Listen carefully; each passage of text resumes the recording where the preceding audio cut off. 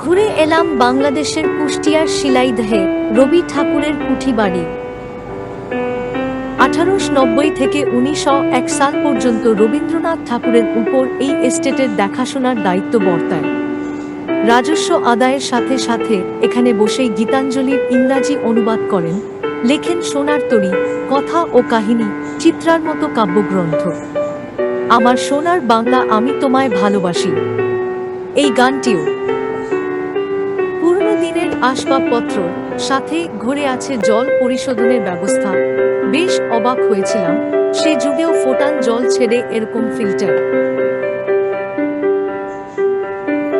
গাছগাছালিতে ভরা মনোরম আঙিনা ও শান বাঁধানো পুকুর। এখানেই বকুল তলায় বসে কবি রচনা করেন, যখন পড়বে না মোর পায়ের চিহ্ন এই বাটে।